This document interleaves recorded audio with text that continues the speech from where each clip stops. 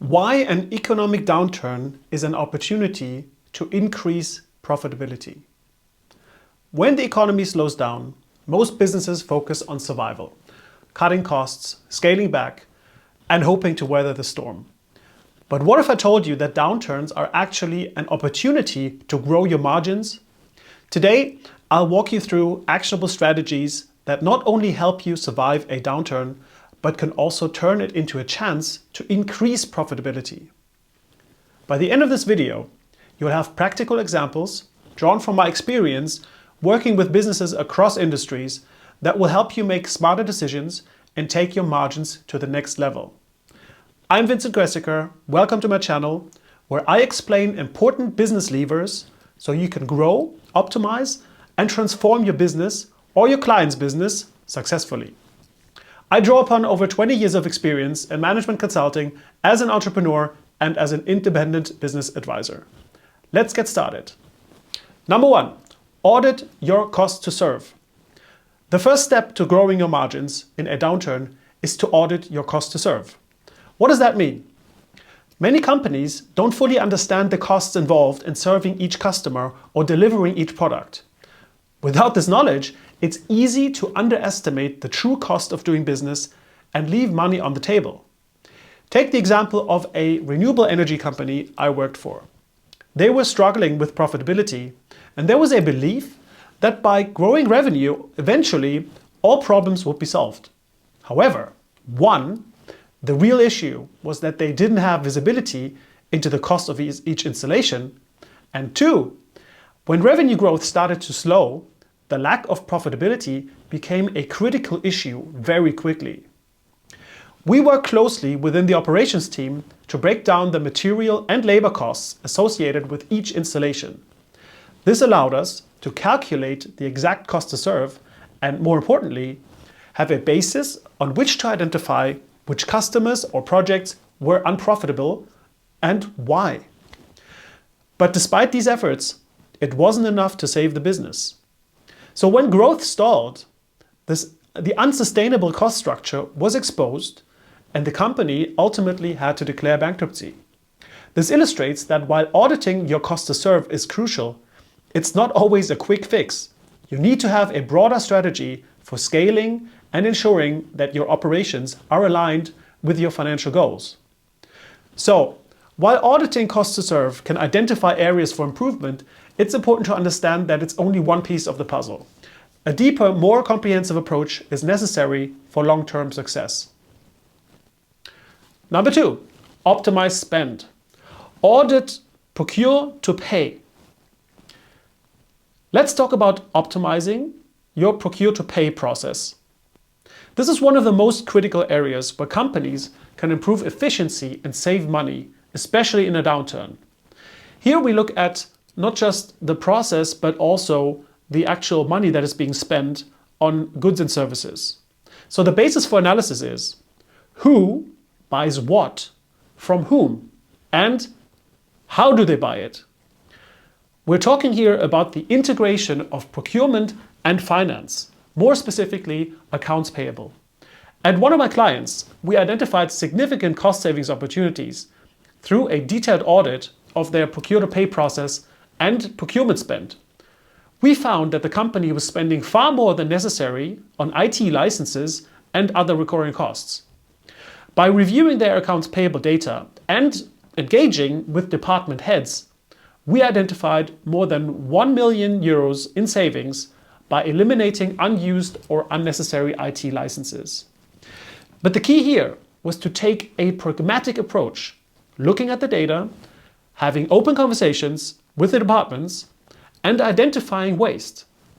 This process didn't require complex changes or new technology, but it revealed huge cost-saving opportunities that were sitting right under their noses.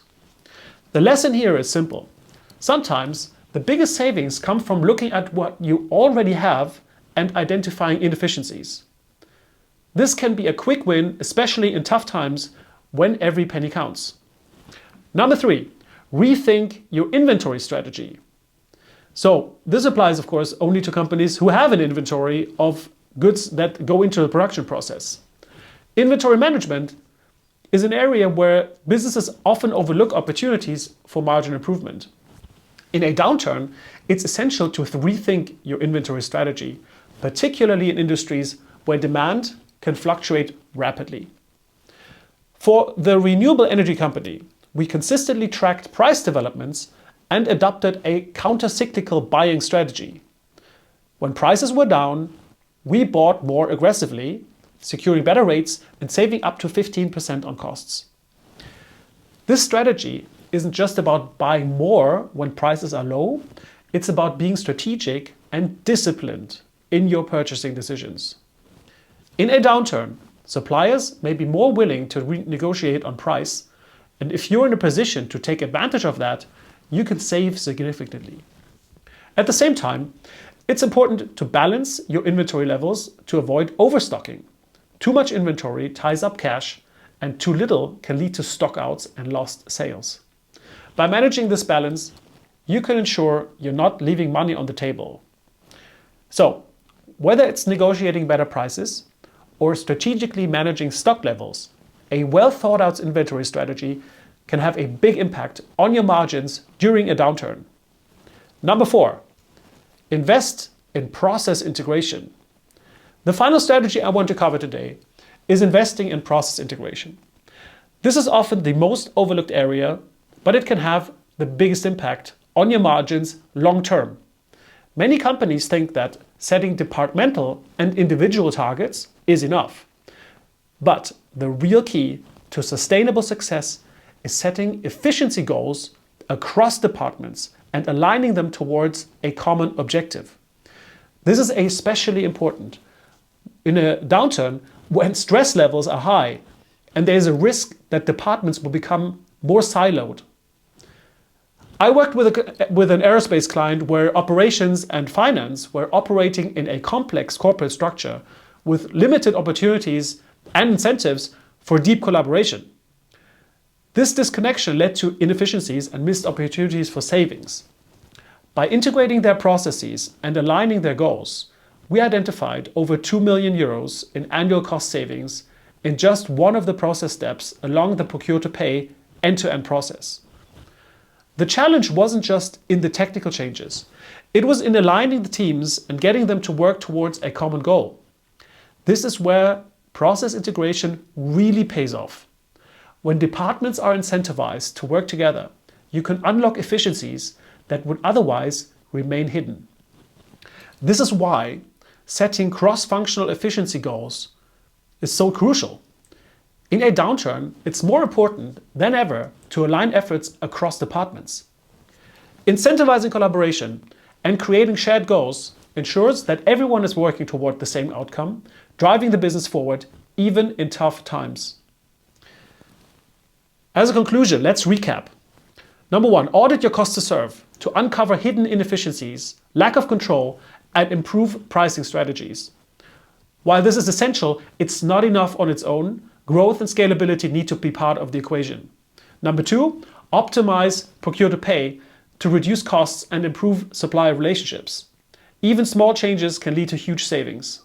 Number 3, rethink your inventory strategy to save on costs by buying countercyclically and balancing stock levels. And 4, invest in process integration by setting cross-functional efficiency goals that align departments and incentivize collaboration.